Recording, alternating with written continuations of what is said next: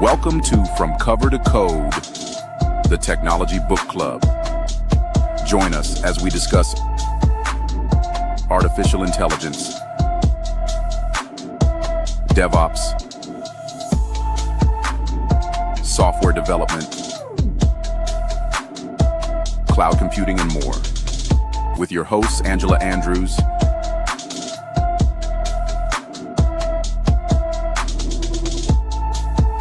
and Michael Jenkins.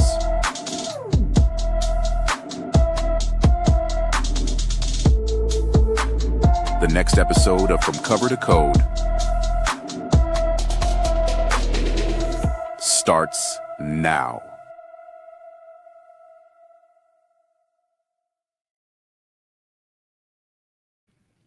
And we are live and in the building. How are you doing today, Angela? Oh, I'm doing amazing today. Thank you. I'm glad to be here. That's Uh great. yeah, we're heading into the weekend. This is literally the transition from I know. we're in the work week, we're down in the trenches, and then we show up here and it's like, "Oh, hello weekend. I can see you. You're You're right. right around the corner, Look at you." Yes. right? So, I'm good. I'm good. Yeah. How And you? then on top of that, I'm very well. I mean, summer is in full swing. I'm doing all the summery things. Maybe I'll get to the beach in the next couple weeks or so. Okay, Um, beach. yeah, no, looking forward to that. And I'm looking for, as much as I have enjoyed this book that we are making our way through, and Yes. we are wrapping up today. I'm looking forward to getting to some fiction. Something Yes, that's a little bit lighter. Just let my mind just kind of explore and wander a bit I instead of having agree. to focus so intently on the content of what I'm reading. So I'm looking forward to just some leisurely reading. Yes, so I agree with you. I haven't been doing leisure reading. I Mm, will say this. 2 weekends ago, when I was working that weekend I told you about, was like I just worked on it all weekend. And as I was waiting for like all of the infrastructure to deploy, I have a stack of books sitting mm, near my couch. So I started reading one. And then, like, I'm 3 pages in, like, I have to finish this book. yeah, So I have to finish that book. So I might have to reread those pages again. But I'm looking forward to getting back to some leisure reading. And it's yeah. not even fiction. I mean, it's nonfiction, but Mm, um there's no code in it, is what I'm saying. hmm Yeah, no, and that's the same page that I'm on. Don't I'm have to like, pay let me, attention such as we do have when we read this. yeah, let me get something with plot and characters and drama as opposed to compilation steps or downloads or commands and tools and all that other kind of stuff. Mm-hmm. But perhaps that is the perfect segue into what we are here to Yay! discuss today.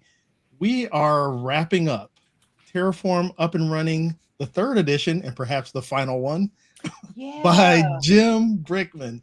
Um, yeah, we've been enjoying going through this book, and we're covering the last two chapters today. Chapter 9, how to test Terraform code, and Chapter 10, how to use Terraform as a team. Yes. And here And we are. those two last chapters button up your experience of I'm running this locally, I'm on my machine, I'm learning as I go. This is the step into the big leagues, as they say, where, Mhm. well, now you have to start writing tests. And you're like, test who? Test what? No, this is how it works in the real world.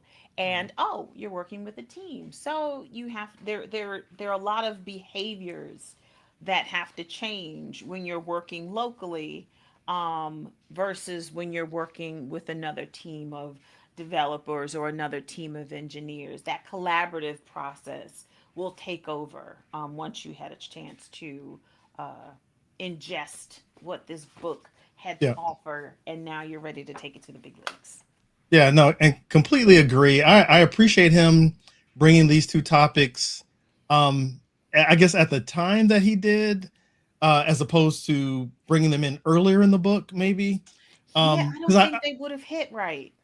yeah, and I thought about that as I was reading, and maybe I'm getting ahead of myself, but chapter 10, where he was like, introduce Terraform to your team or work with Terraform, use Terraform as a team. And I'm like, well, shouldn't you start this earlier? But I'm like, no, because if you don't know all the stuff that it takes to use Terraform, including testing, then you won't have the knowledge or the foundation to explain why your team needs to adopt infrastructure as code as thoroughly as other than knowing, hey, we can define our infrastructure as code. Mm-hmm. You need to have a little bit better idea of what it's going to take to make that happen. Oh, So I I agree. appreciate the time that he took to build us up and then like position us properly to explain why we need infrastructure as code and how we can apply it to all these given situations. Yes. Good way to end the book. Yeah, no So, doubt. where are we starting? We're starting with what? Chapter 9.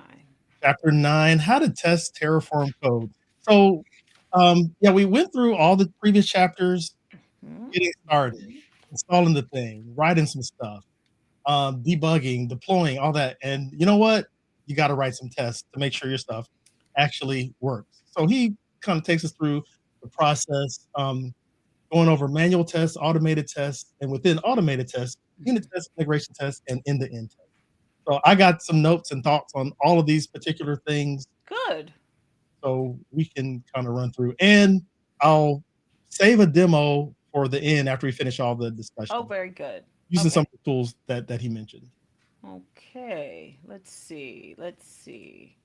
Well, I All right. will say one thing that he did as he went through this Mhm. chapter, is he had these key takeaways and he Yes, wrapped them there's up in the five. conclusion. Yeah, 5 key takeaways.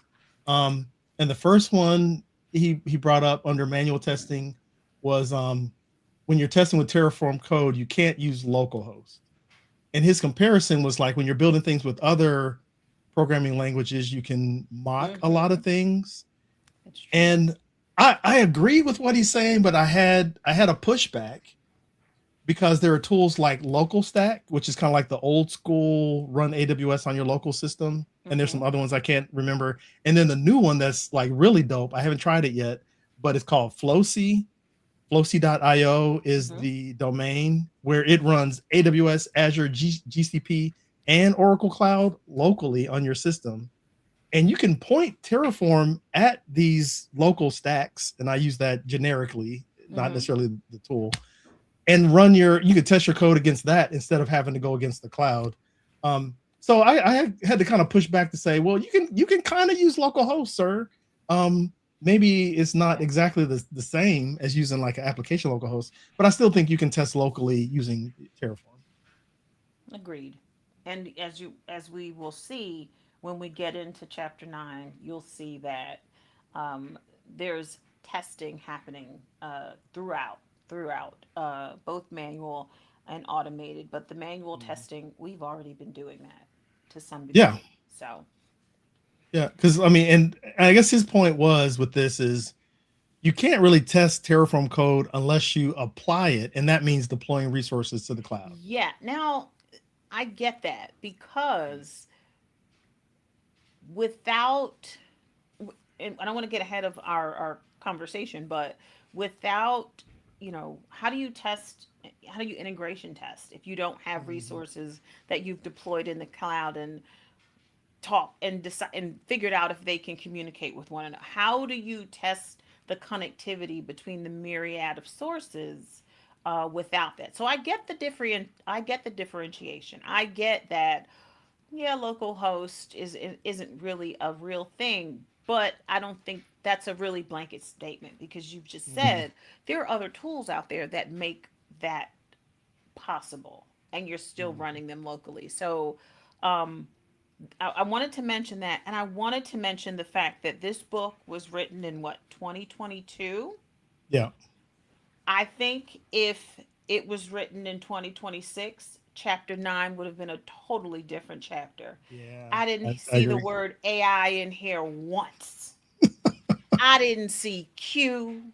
I didn't Yeah. see Copilot. I didn't see none of it. And I'm just Yeah. sitting there going, wow, like uh, it's not an the information in chapter 9 is not outdated. It's Yeah. just that we've grown so much in how we're testing and vetting our code nowadays, that the fact that it's missing from chapter 9, that is a glaring omission in, if we're Yeah. speaking in modern terms and times. Yeah. So if there is a chapter version 4 or whatever, edition 4, I'm sure it's going to be chocked full. They're going to be talking about light Yeah. speed and Copilot. They go Yeah. cursor baby. It's going to be all the rage because Yeah. it it has changed how we do our jobs so readily that you have to talk about it. It's one Yeah. of those things where, it's not the elephant in the room anymore. It's like it's there, it's sitting, it's on the other side of the table, it has a pen and paper. That girl is Cup of present. coffee. Yes, it is. It's what's the term I'm using? It's a first class citizen in Yes. how we do our work nowadays. So um I this is the like wow, I'm flabbergasted that it took me to chapter 9 to realize he didn't say nothing about, working Mhm. just not one time. So it's Yeah. definitely a book of its time, 2022 versus where we are right now. Yeah. Yeah. Very true. And I mean, I appreciate his tenets though, his tips. Yes. Um, they're still applicable. And Oh, I mean, yes. and we're saying we're getting ahead of ourselves. We're all over the map on this chapter, but we're still gonna hash out some of his key I know that's takeaways and my some of his fault. points. I No, know it's it's me. no, it's fine because you like we can't talk about one thing without talking about the other thing, like the unit test, end-to-end integration. But I Mhm. mean, I guess what I'm saying is all the points that he shared are valid. But to your point, we have grown from a space where our tools aren't limited to those approaches alone. Exactly. And the tools that he shared alone, the toolbox just got bigger. We It have is so so many more heavy. tools at our disposal, and it's growing even as we speak. Or people are building their own tools for their Yes. own customized workflows, and that's what really is kind of cool about this age that we're in right now. Oh, it's beautiful. Yeah. Uh, um, so with that said, yes, he did talk about manual testing. It's Mhm. tough to test with Terraform without actually building something. He mentioned very briefly cleaning up your sandbox environment. And I think it was this chapter where he mentioned that ideally, and God bless the companies that have this capability, where every developer has their own AWS account where they could test stuff. Can you imagine being but just like having that capability to say, I'm going to test this in my own AWS account that's driven by the company, paid for by the company. Baby. I'm going to stand it up. I'm going to run. I'm going to do whatever. And maybe it gets wiped every 2 days or whatever because you don't want overruns and dev Right. accounts and Right. everything. But I can only imagine how difficult the management of that would be in a company with hundreds of developers Well, that need access to AWS or that part. more. Yeah. Small teams, it doesn't cost anything to have an account. The money doesn't Yeah. come into play until you start spending up resources. Yeah. So, yeah, I hear what you're saying, but boy, what if you could? What if you did Yeah. give your That would be own dope. little thing? That would be awesome. Yeah. Cause I That would mean, be so teams that I awesome. work with, yeah, we either have like, hey, this is your account and this is where everything goes down.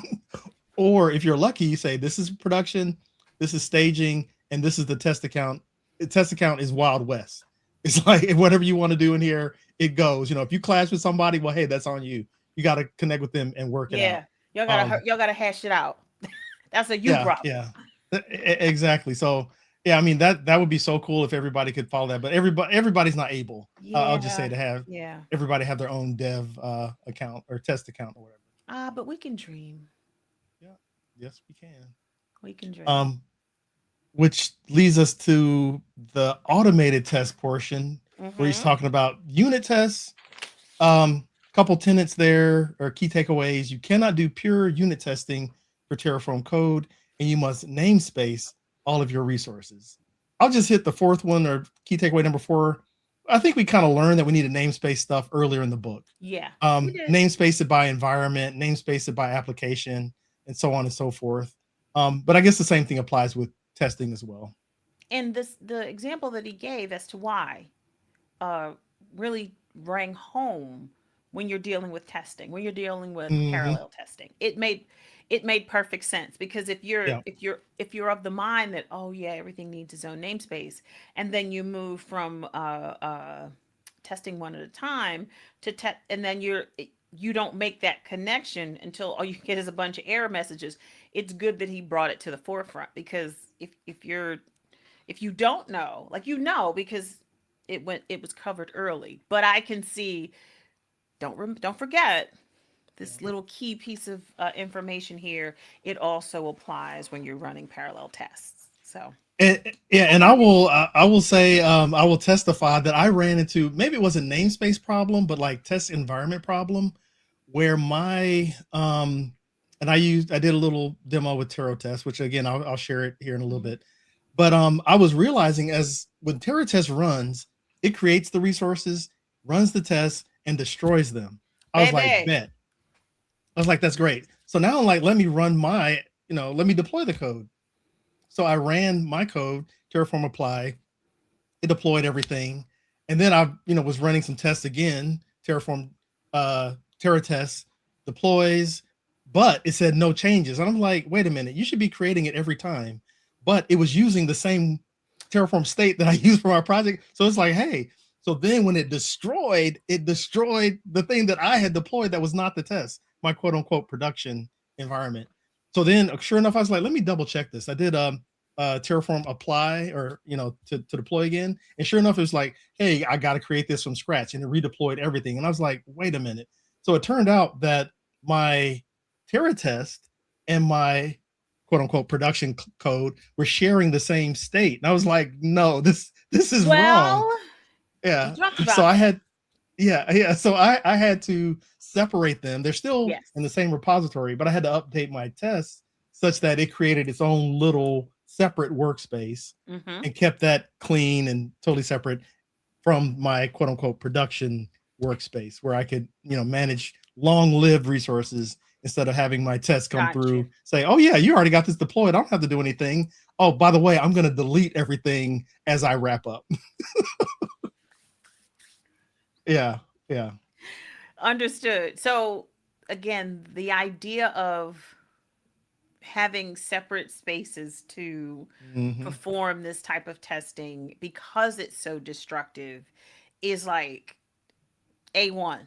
It's step zero. Like, if you could segment this in any way possible, please do, because what you just mentioned, that is such a that's an easy thing to do. Like, what are you, and the fact that it gets confused, don't trust it. Yeah. Make sure you're just in a Right. separate environment, and the whole, Very yeah, true. I get that. Oh, thank goodness you're just using examples in the book, and this isn't for all the marbles, but Yeah. he has been, warning us about it the whole Yes. Yeah. And so that's why I felt a little silly, but I wanted to share, just so, hey, we all make these kind of mistakes as we're learning these Yes. tools. So don't be embarrassed. This is a learning thing. It's not going to happen to me again. I will guarantee you that. How about that? Yeah. Fool me once. shame on you. Fool me Something twice, like can't that. get fooled again. Fool me twice, shame on me, because no Yeah. one wants to know. Yeah, you're right. Those mistakes, the ones that you like, oh, come on. You register them, and you'll do whatever you need to do to make sure it doesn't happen again. And Yeah. that's the real. So Very true. Very true. And I guess the last point I'll make on unit tests is they are some of the faster running yes. tests, because you're only testing one small piece of the entire big A/B application test. puzzle. Yes, just one little thing, which then takes you to integration tests, where you are testing multiple pieces and how they fit together. Yes. And I guess with Terraform, we're talking about we talked about building blocks, where you might have a block for an ALB, a block for an auto scaling group, maybe a block for EC2 resources, or something along those lines, IAM, and then your integration tests to see how these things all fit together. Hmm. It runs longer because you have more stuff, And maybe it's a little bit more complex than your unit tests, but it's critical because you could, develop something and it's great, but if it doesn't snap together with all the other resources in your Lego structure, Right. then what's the point? You have to test it at that level as well.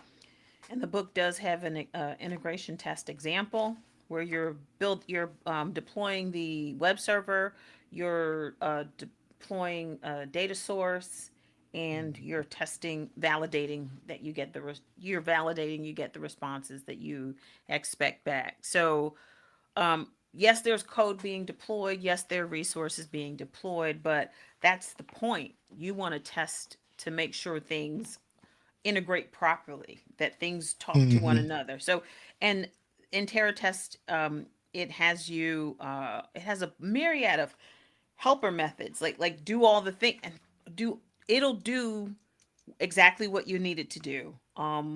Yeah.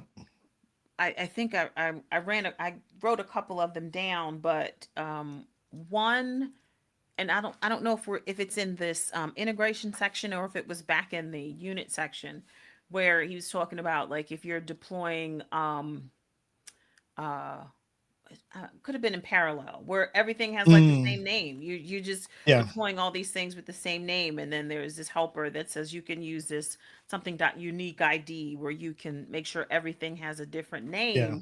name. That's helpful too because again, we're we have our training wheels on right now. We're trying to take them off and move into the big leagues. Remember, so it's I guess it's a yeah I guess it's a different way of thinking. Again, writing tests, and he's talking about leading with tests. Like you should be Mhm. thinking test scenarios before you even write that first module. Yeah. And it's like that's not how we did this, you know. Yeah. But Yeah. it's a mind shift. You have to shift your mind into writing test mode. And good tests Mhm. show that you've done a good job. That other people can follow and hits all those edge cases that you possibly could have an issue with. So the more you test, the more errors you find, the more you fix, the more you move up the testing hierarchy, you're going to find different different types of errors, but all of it's Mhm. important because you're going to find things that you need to fix. Yep. Yep. Very true. Um, and then, I mean, he also talks about the test pyramid. And I was thinking, didn't Yes, we cover the test pyramid we in another did. book? Yes. And I'm drawing a blank on which one it was. I should I have think it was looked that up. was it DevOps? It might have No. been DevOps Handbook. I think it was DevOps Handbook. Okay, one of the Um core tenets of testing. yeah. Um, but yeah, basically, what he's saying for folks who aren't familiar with the test pyramid, at the bottom are the end-to-end tests. Well, I'm sorry, at the bottom are unit tests. They're Mhm. fast, they're easy. You can run these all day. You should be running them all day. Every time you check in your code, that type of stuff. Integration tests are in the middle. They're slower and much more Period. complex, or a little bit more complex because you have to, you're putting different pieces together. There's more stuff, so it takes longer to run. Then at the very tippy top are these end-to-end tests, which are slower. They're much more complex. And he was saying you might, on a true Terraform project where you're pulling together, dozens of resources, you might get one or two good end-to-end tests per day if you're lucky. Yeah. Just to run the test, analyze the results, and then make any changes before you get that next run. So definitely lean on your unit tests, depend on your integration tests, and then like your end-to-end test is kind of like the capstone that just kind of validates everything else along the way. That you've done everything you needed to do. Yeah. And there was another takeaway in the end to end test. And it's this tenant kind of follows us throughout Yeah. the book. Smaller modules are easier and faster to test. Smaller Yeah. modules are easier to deploy. Smaller modules, there's less moving pieces. And that tenant, not in just writing regular Terraform code, but also when you're writing your testing. Hmm. Small modular is the way. Is the way. Yeah. No, I completely agree. Yeah, and yeah, it, like you say, it follows us because he's saying the blast radius for your modules is smaller. Yes. Once if the module is smaller, there's less stuff in there, if something happens, then there's less stuff that's going to break. I'll just kind of leave it at that. That's true. That's So true. definitely stick with smaller, easier, faster modules.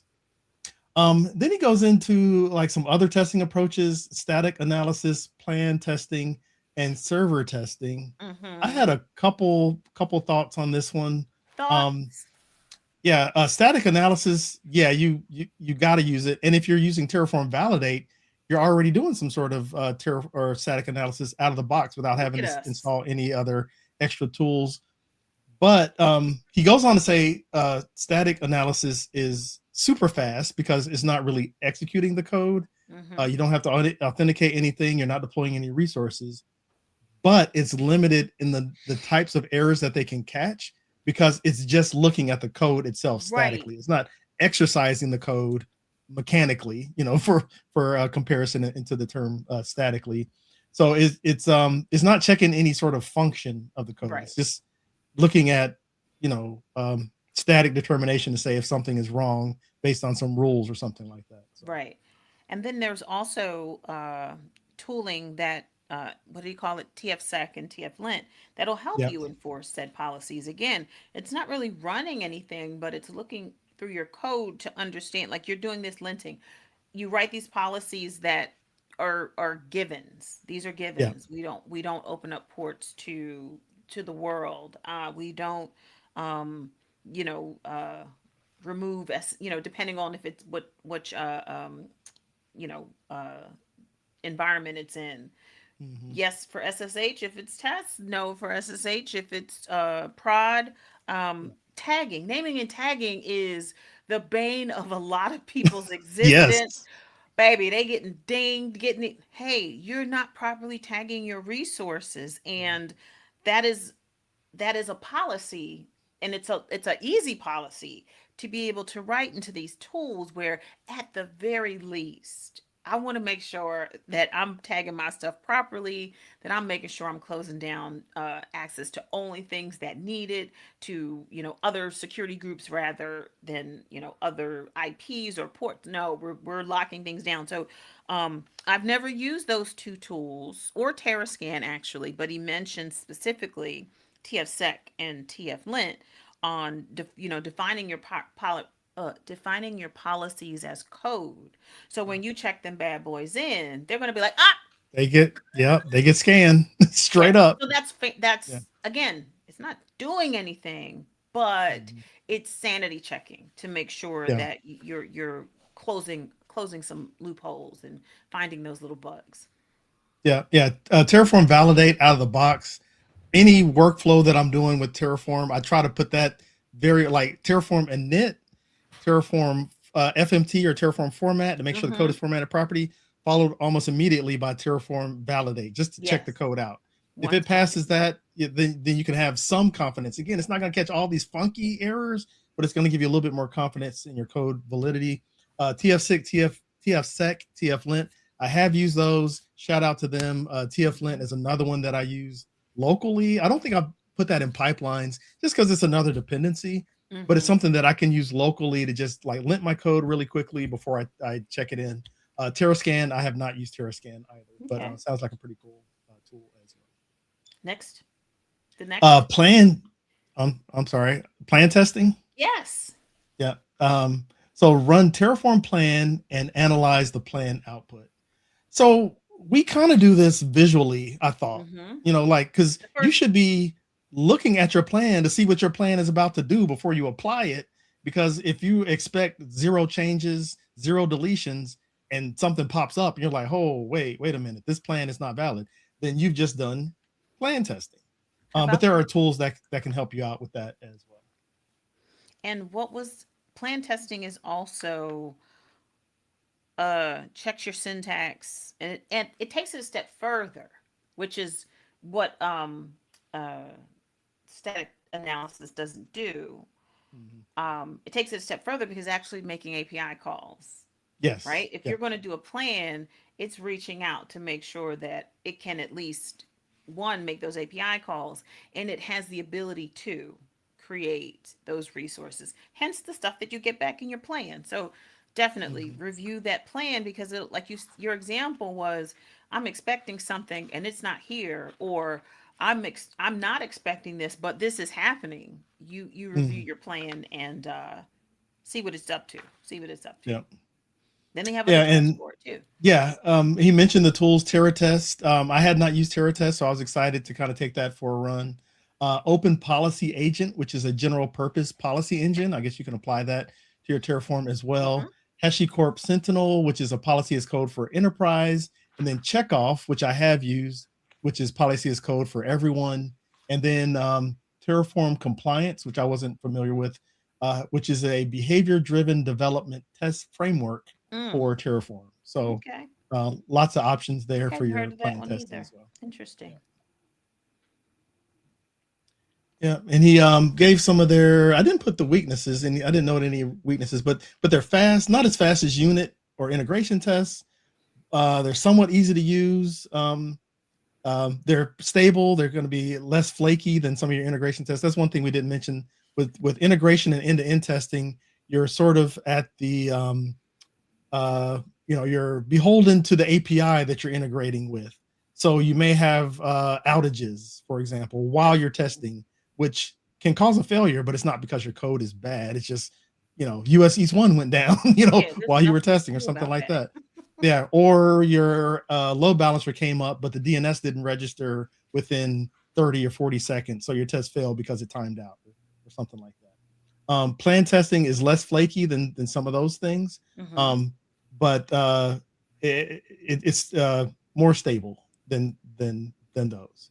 And you don't have to deploy, undeploy real resources. In some cases, Terratest, at least in my testing, it did deploy the real resources. But Oh, maybe he's talking about something different for the plan testing because you can run a plan, save it, and then analyze that plan with other things. So maybe that's there's a way to true. do that with Terratest as well.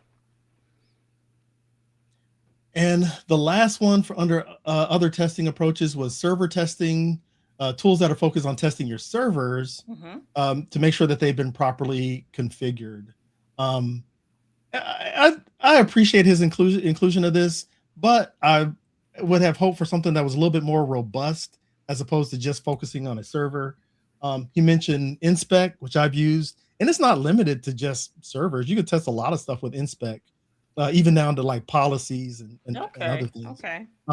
Server Spec, which I wasn't familiar with, but it's another like server testing framework, and GOS, which he labeled as quick and easy server testing and validation.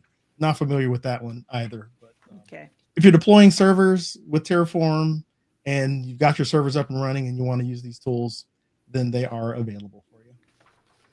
And then, of course, they have their all of these tools, all of these testing options have their strengths and they have their Mm, weaknesses. And you just mentioned it, like focusing on servers when we're dealing with infrastructure that has such a mm, myriad of resources feels like that's not doing enough. But depending on your use case, yeah, if you're deploying code for, say, a workshop and you're making sure that everyone has a system to work against, well, you're just working with servers. So that's like the perfect use case yeah. for it. But in the grand scheme of things, other testing tools would fit the bill better, Mm, in my opinion.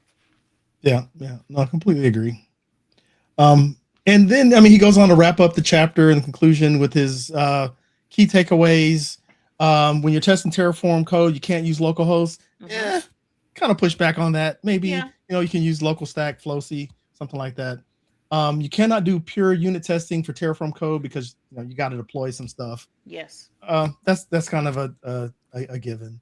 Regularly clean up your sandbox environment. You don't want to have a Redshift cluster running for months on end that somebody forgot to deploy. True story. We Uh oh. we can talk about that later. Oh. Um, and then namespace all of your resources so you don't have collisions while you're running. And then also the tenet that's been following us since we started working with modules. Smaller modules are easier and faster to test. Preach. Preach. Yeah. Infrastructure code without automated tests is broken. That was one of Yes. his quotes. Yeah. Gotta have Yeah. that automation. Not a hip hop quotable, but I probably will never say that again. But Right. Yeah. but it definitely applies. It does apply. Um, It does apply. And then the last page, he went over the different types of testing, and the more black squares, the better. It's on. If you have the book, it's on page let me go to the 374. Right before you go to chapter 10, it talks about.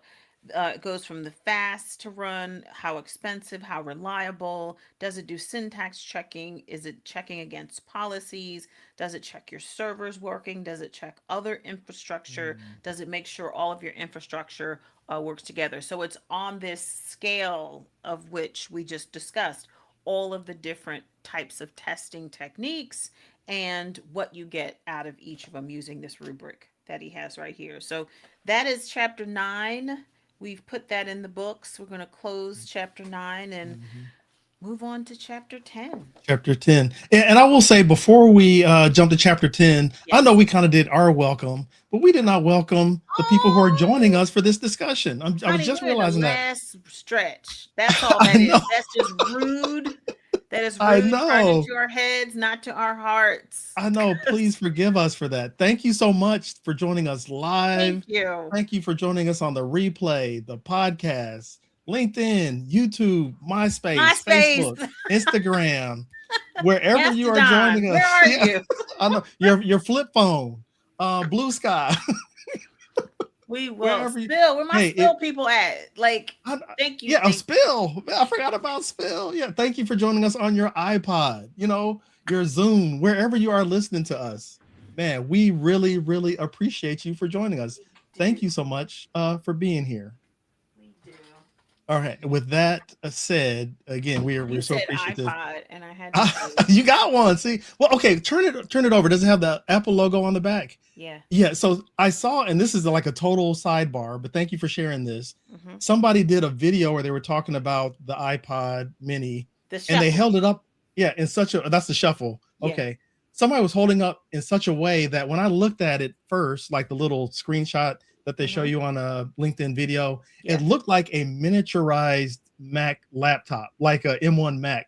So if you I look at it from the can back, it's got the see logo. that. Yeah, see, yeah, there you go. I Yeah, can. Oh, wrong camera. Hold on. yeah, yeah. So yeah, like that. It looks like a little baby laptop, doesn't it? Doesn't it though? Oh my God, this is so cute. This was Christian's when he was a little boy. Oh, oh, Don't ask me why I still have it because it's small. Maybe that's why. yeah, man. But If it yeah, still works, yeah. I lost my iPod and I was so mad. you Um, should be.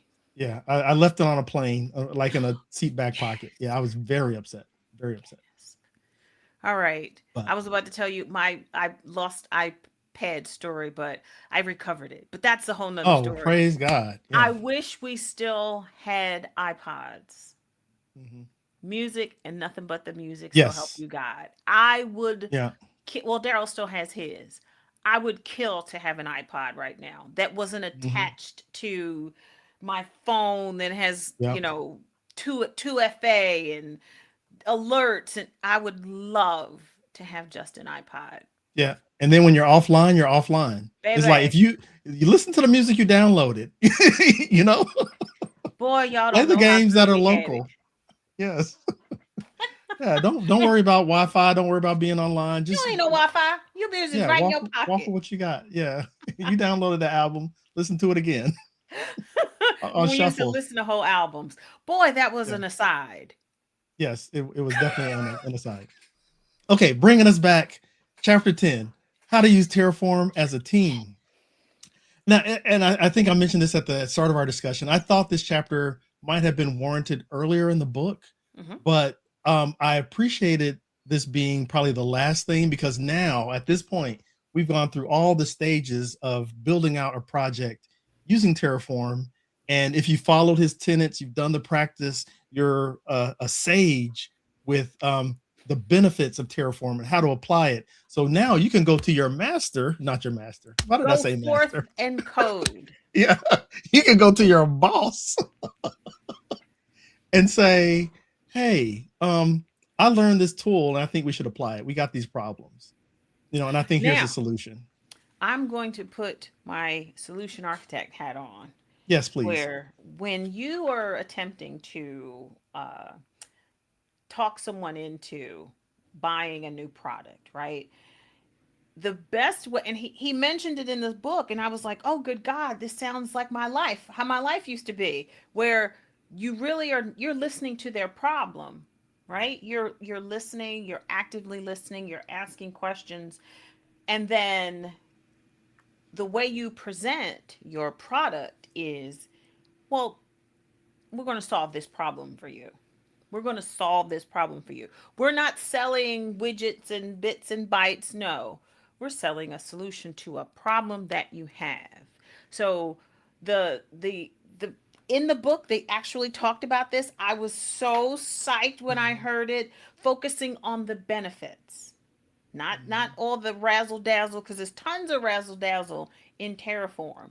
But if you're not automating your code, and deployments take a long time, and our scripts are failing and it's not doing X, Y, and Z, and day two operations is very difficult, that's what you're selling to. You're trying Yeah. to talk to your customer and listen to their problems, and you're trying to solve them, which whatever tool that Mhm. we're at our disposal, this is Terraform is solving a particular pain point for Mhm. others. So when you're ready to go to your boss, because when you're asking your boss for anything, they're thinking about how much this time is this fool gonna be wasting on this, and how much is it gonna cost.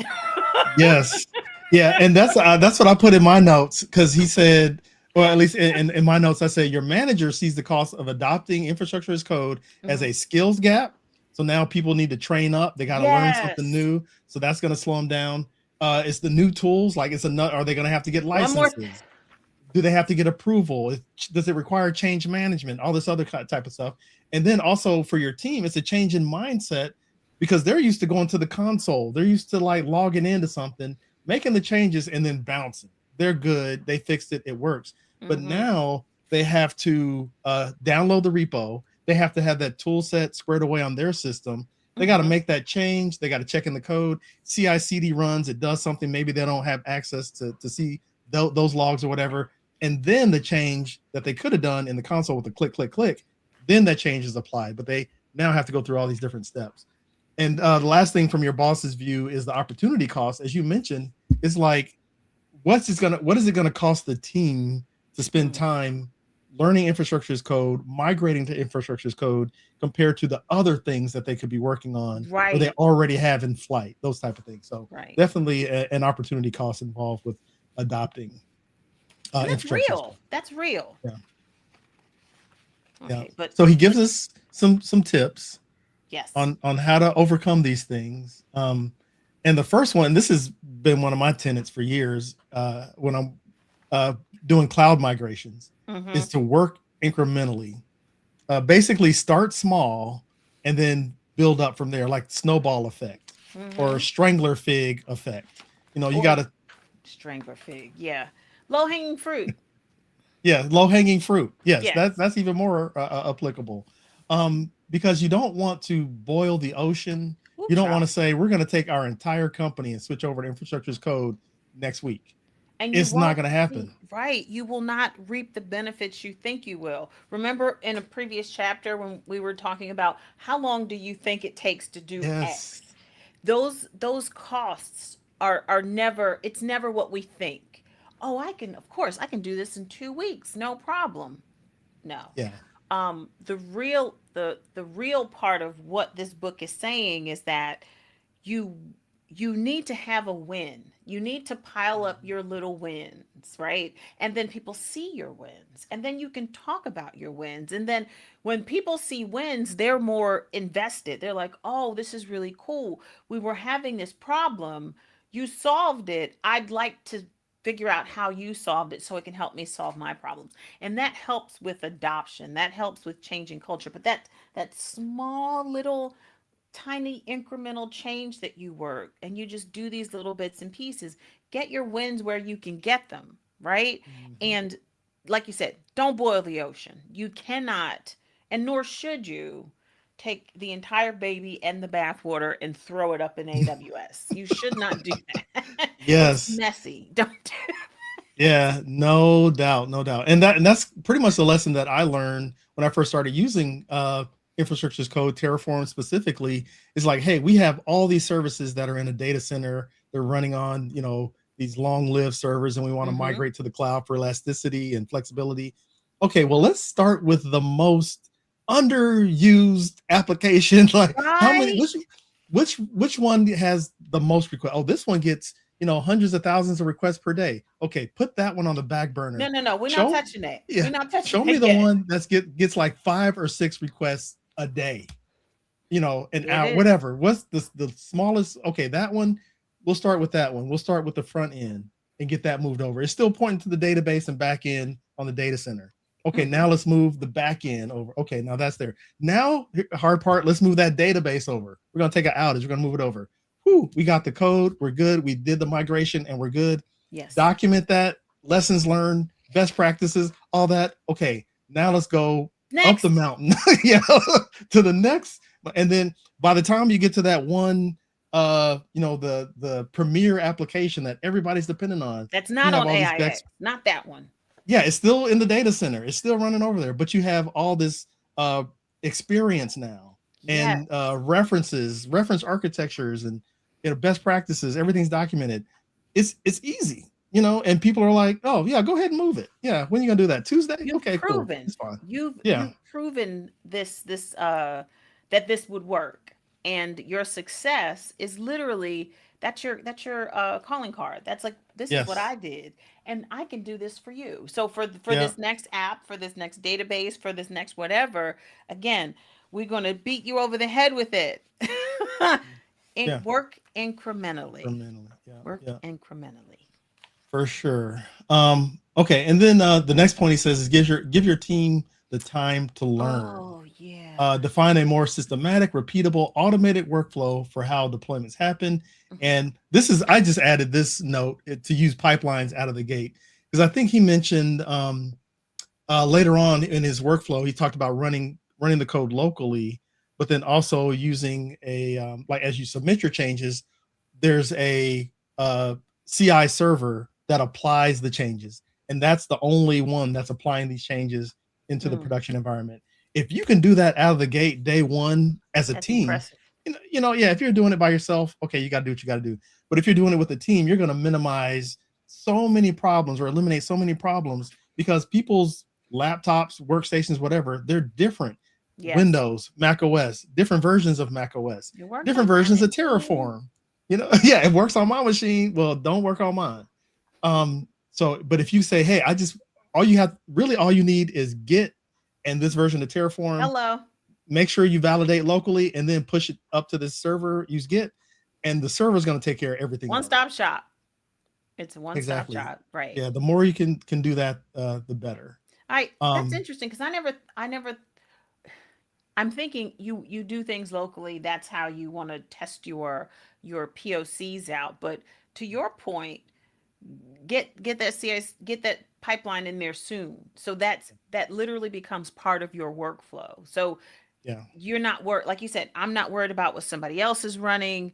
We're locking those dependencies down, so this is the version of this we're running, we're this is the version of that, and the CI server is the only is the runner, for lack of a better word. It's doing yeah. the running. So um Yeah, and yeah. then other point that he mentioned, and I try to swear by this one as well, are the security aspects of it, because you don't want to give everybody carte blanche to Admin. deploy into your production environment. Let's pull that back.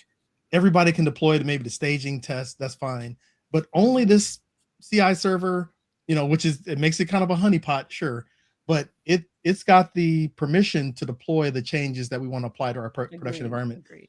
He didn't mention also just the record keeping, because you're going to have logs of who pushed the code, what changes were applied by the CI server, but now you have some traceability.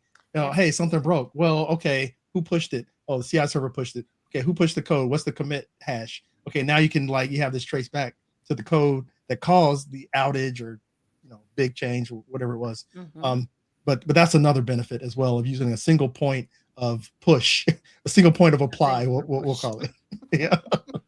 I like that one Uh, better. My single point of push. This is where we yeah, push. We don't push anywhere else. We push here. nowhere else. Yeah. So yeah, give your team time to learn and use some pipelines to make And don't sure take you're that all working the same. Terraform on AWS course. You've been warned. I warned you. I know. Just rock with us. Just we'll help you through it. I'm Oh still man, smarting. I know. Well, hopefully this has kind of soothed some Oh of my the. gosh. Uh, This was so much better. yeah, I yeah. I learned nothing, and I'll Mhm. never get those 2 days back. But the breadth and depth of my understanding and how it's expanded. Maybe I can't quote Bible and chapter and verse of all the things that I've done and learned and built and rebuilt because I've learned from those mistakes, but I've learned so much. Mhm. You're learning stuff you didn't even know you needed to learn, but now that you've learned them, you're like, I can't unlearn this. Yeah, This is how it's done. This is so yeah, I am very excited that we got through this book. This was by far one of the funner ones hmm, to me. So yeah, this one's definitely a good one. So at that point, give your team time to learn. yeah, Uh, Come up with those processes. If you're using a small team, find your small wins within your mhm, team. Make those inroads, and then other folks will come on board before yeah, long. It'll be part and parcel of how business is done in your company or organization. yeah. So, all right, No doubt. what's And next? then he goes into a workflow. Well, two workflows Yeah, we were because flowing. it gets a little repetitive in this next two sections. But I understand what he was trying to do. He was trying to set a baseline, Hmm. but it felt repetitive having to go through it, you know, twice. But he describes a workflow for deploying application code Hmm. first, working with a Ruby web server. I think that was his example. And then he shows a workflow for deploying infrastructure code So, using this framework that we've used all this time, the ALB auto scaling group with the web application. so it doesn't feel like it's a repetitive, on repeat, a skipped record. Put your application hat on for just that small section and think, oh, this is how we do it. We use version control. Yeah. Right. That's, of course, we're going through this framework. This is how we do this. And then you take off your application hat and you put on your infrastructure hat. And Mhm. you tell them in advance, this is how it's done over in the development side, but this is how we can correlate it to how we do things over here in infra. So you have your infra hat on and you're like, oh, okay, I see how this works. So if you don't do that, it'll drive you crazy because it sounds like you're Yeah. you're like, oh my God, I just read that. And Yeah. when you're trying to read fast because you're streaming in 2 hours, don't be repeating nothing. Don't be, I know, right? You're like, don't hey, be come on, repeating. Jim. I'm going live Come at on, 2 o'clock, man. 5 p.m. Eastern, and it's 1 o'clock now. I really need to get through this material. Why do we have to talk about it twice? So Yeah. wear your two hats. You'll be fine. Uh yeah. And so I mean I had a couple points that Yes. I pulled out of this section. And I mean I've maybe, yeah, and as I reflect on my notes now and the the I guess the lack of notes that I took, I'm taking that from a point of privilege as I've been through workflows like this similar or similar workflows, so I'm already kind of familiar with using version control, running your code locally. You make your code changes, you submit your changes for review, you run automated tests using CI/CD. You merge and release, and then you deploy the code. I only took notes for deploy under the application workflow, which kind of could apply to the Terraform or the infrastructure code workflow. And then for version control, well, let me back up. Hmm. So deploy, he's saying use orchestration tools, use scripts, as needed to make your deployment. And then he goes over some deployment strategies: rolling deployment with replacement, rolling deployment without replacement, blue-green deployment, which is my preferred approach for Hmm. deployment, Hmm. and then canary deployment, which is kind of like my fallback, because you can combine canary with blue-green, if you didn't know. But those are my two preferred approaches. Then he talks about, we kind of mentioned the deployment server, running deployments from a CI server, not from a developer's computer, because it's automated, the environment's consistent, and you have better permissions management as well. And then we also mentioned you've got better um, history of who's doing the deployments and traceability back to the commits and all that kind of stuff. Mm-hmm, mm-hmm. All those things apply to Terraform as well. So, I mean, if you're familiar with that workflow for application, it can be easily migrated over to the infrastructure approach. And the one thing that I was going to mention, the note that I took for version control, is he mentioned the golden rule of Terraform, which is, and I quote, "The main branch of the live repository should be a one-to-one representation of what's actually deployed in production." So keep that tenet in mind as you're working with your Terraform code. I'm actually looking at page 382 and 391, and you are 100% correct.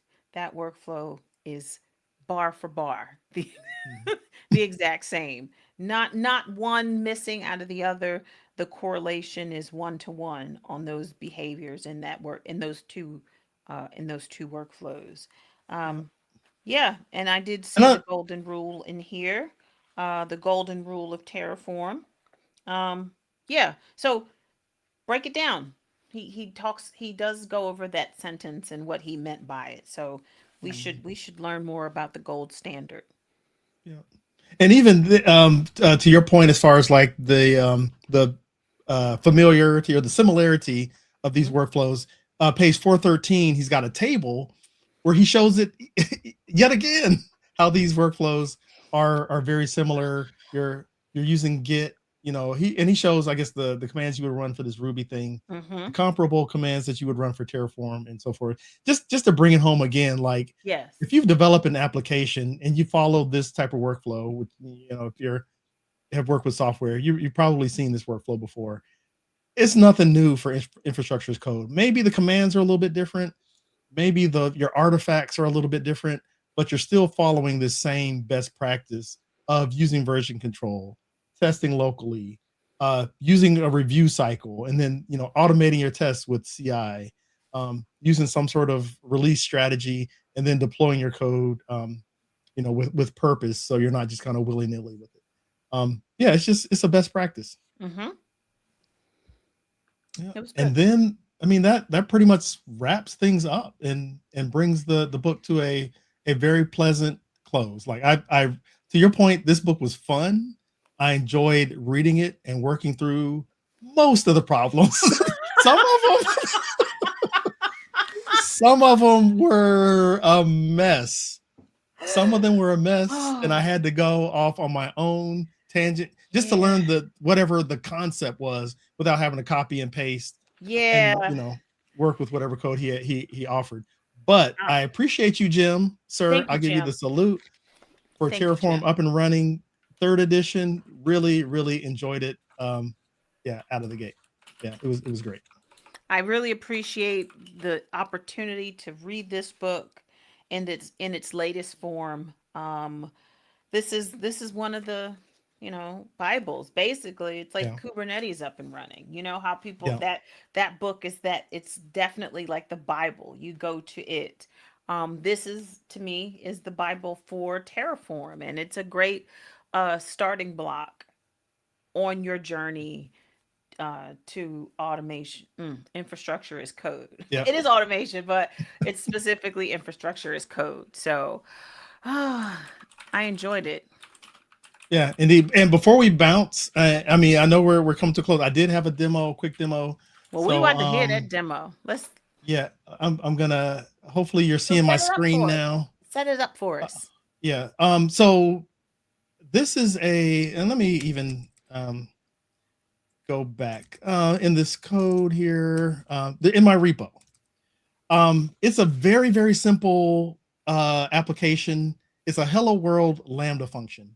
Um, Basically, all it does is prints hello world once you call the function or you access it over a Lambda function URL, and it's going to tell you hello world. code is very simple. Let me look in the Lambda folder and handler.py. Yeah, status code 200, you're going to get a hello world Hey. with that. And then I won't go into the Terraform code too much, but we got the pretty much requisite Terraform block with the providers that we need. We're running this on AWS. I got a data block where Terraform zips up the code and uses that zip later on to deploy to Lambda. We've got a Lambda role or IAM role for Lambda to assume. We attach that to our function. There's our function definition, good old hello world. And then we define a Lambda function URL and the permissions to access the URL so that once it's deployed, you can get to it using curl or your web browser or whatever you want to do. And it has to be public so that anybody can access the URL. Otherwise, you'd have to give people very specific permission to access it. So that was all just kind of like new and good to me. But what's more new was the test approach to using Terratest to test this thing. So let's take a look at the Lambda test, which is written in Go. You import all of these libraries that are helpful for setting up your framework and everything. The function is just a regular test or regular function name, test Lambda function.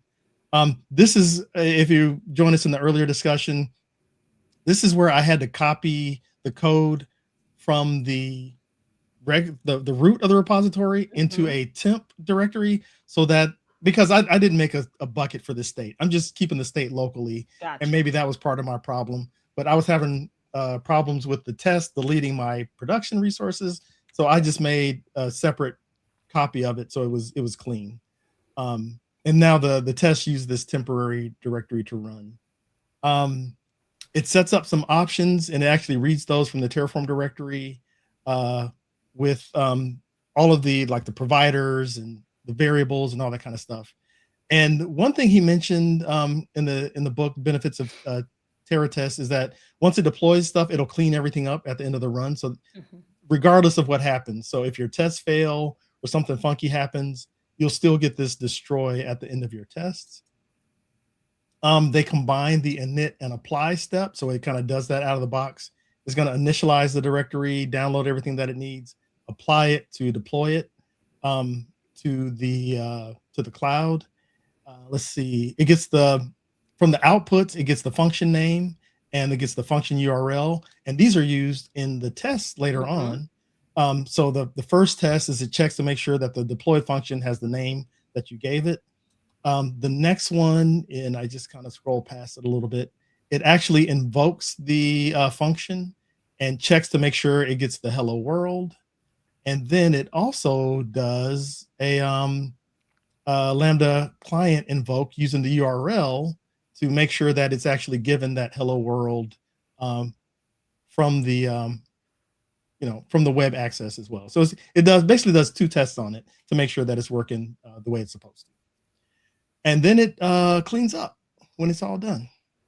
Nice. So with that said, I got a make file, of course, because I love my make files and it keeps me from having to type and remember commands.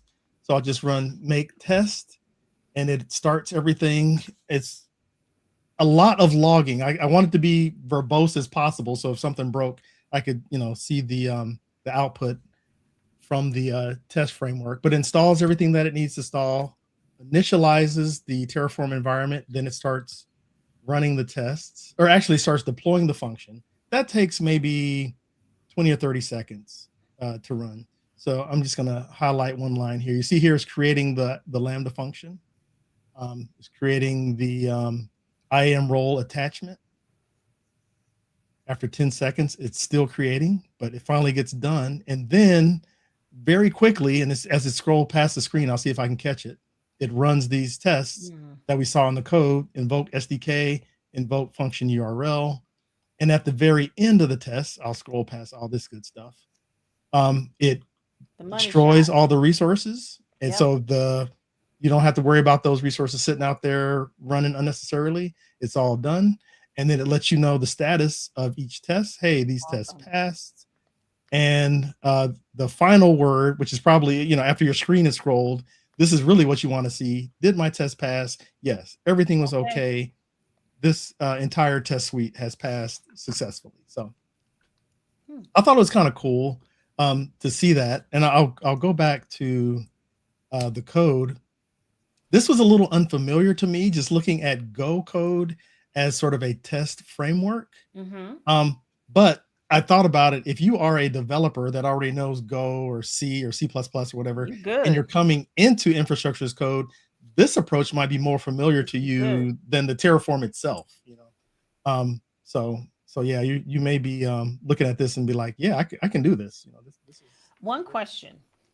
Yes. So remember back, it was probably chapter 6, where there was an order to where certain resources had to be deleted. So depending on the test that you write, using Terratest, is it aware that you have to delete your database before you delete your web server in that particular scenario? If I were writing a test that would deploy my database and deploy my front end and make sure that they can do an integration test and make sure that they work and it passes the output that it needs to check the you want to check the URL, it does that test. You want to make sure that it talks to the database, it does that test, and then it gets to the destroy. It is inside of the testing framework that it wants to destroy all of the infrastructure. I wonder if that would be, if there's has to be some sort of tweaking in that particular scenario, because I'm sure you didn't do anything outside of normal. Let it deploy, let it tear it down. It's just that when I don't know if you remember when I did a destroy and it was like, oh no, I can't. You went and got rid of the wrong resources. Yeah. So I'm just curious how smart it is, and do you have to make sure that you account for that?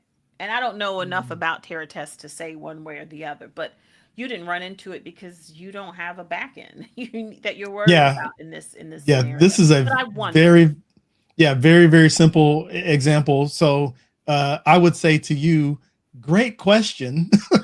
But yes, I don't know how to answer it.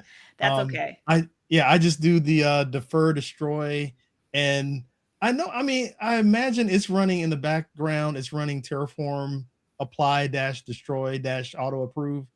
So it probably just lends it to Terraform to figure out the order. That makes sense. It may be kind of, if you're standing everything up from scratch, I hope everything would be deployed, accessed, and then destroyed in the order it's supposed to. If there was some other funky kind of thing that it depended on, maybe that would, could cause some funky order in the destruction. Yeah, I don't know, but yeah, that is a good question. Cool. Well, thanks for showing the demo. Yeah, that's my little legit demo. Let's see here. Let me take that off of the stage and get us back to where we're supposed to be. All right, where we're supposed to be. Yeah, at the end of this particular book. We really enjoyed going through it. It was a good time. I learned a lot. Even again, being experienced and working with Terraform for I don't know all these 10 plus years or so. Wow. I still learned a lot from this book. So that's impressive. That's impressive. I have to say. I don't know, man. This is, it's a great thing. It's a great thing when you come across a resource that, no matter where you are on this journey, you're going to learn something. Yeah. And it applies to this book for us. Yes, it does apply. We did learn something. I know I did. And I'm glad for the time that we spent on it. Now we have to think about what we're doing next. And that's what I was going to say. I was like, okay, we wrap the season and we'll take a break. We'll read our fiction or nonfiction or anything that's non-technical. But in the meantime, if you've been rocking with us, then the question that is still stewing in the background, it's on the back burner of the oven, of our From Cover to Code oven, what are we gonna read next? Oh, And gosh. that's where, I mean, we'll have our thoughts and ideas, but you, listener, viewer, watcher, sidebar person who somebody sent you the link to this podcast, Yes, we want your input as well. Like, what are we you working do. on? What are you learning? What are you curious about in cloud, AI, DevOps, Mhm. software development, infrastructure as code, configuration management? I could go on and on and on. There's so much stuff There's a that we lot could of cover. topics. There's a Yeah, lot of topics that we can cover. And if it's in a book, we can do it. yeah, I think that's the world is our oyster. yes, So indeed. I'm excited. We'll figure it out. We'll Yep, definitely hit us up when you see us on the socials. Let us know what you're thinking. Go back and watch some replays. I know you're going to enjoy it. I know I mean, I've watched a few like rewatch yeah, because they were so good. Oh yes, my gosh. So, yes, I hope you have the same experience that we do. Like going through this and how awesome it is and having such a an open and frank conversation. You come for the conversation, but you stay because, there's shenanigans. No, that's not why you stay. You stay because we're talking real. We're talking about real yeah, stuff, real world, what we're learning as we're learning. And there's something really special and unique about that. So, yeah, very good. yeah. Totally agree. Um, So, what are so you is reading that next? nonfiction? I am reading Walter Mosley's latest book, Galen, which is Okay. it's like a love story. It's a romantic book. Oh, Um, and I'm okay. reading this with a book club of my fellow employees.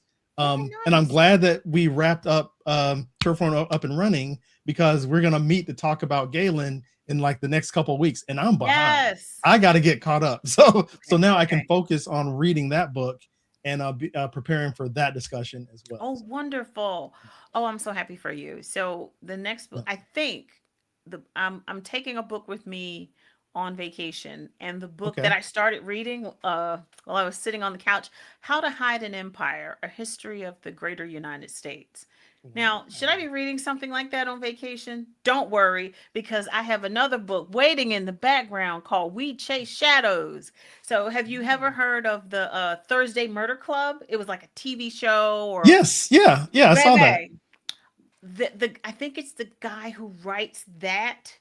He has Ah. written other books, and one storyline is this private this detective and his daughter is like this private secret. I'm not even gonna go into it, but the first book Mm. was so good that they did Wow. another one. So I'm very excited. I'll probably take both books.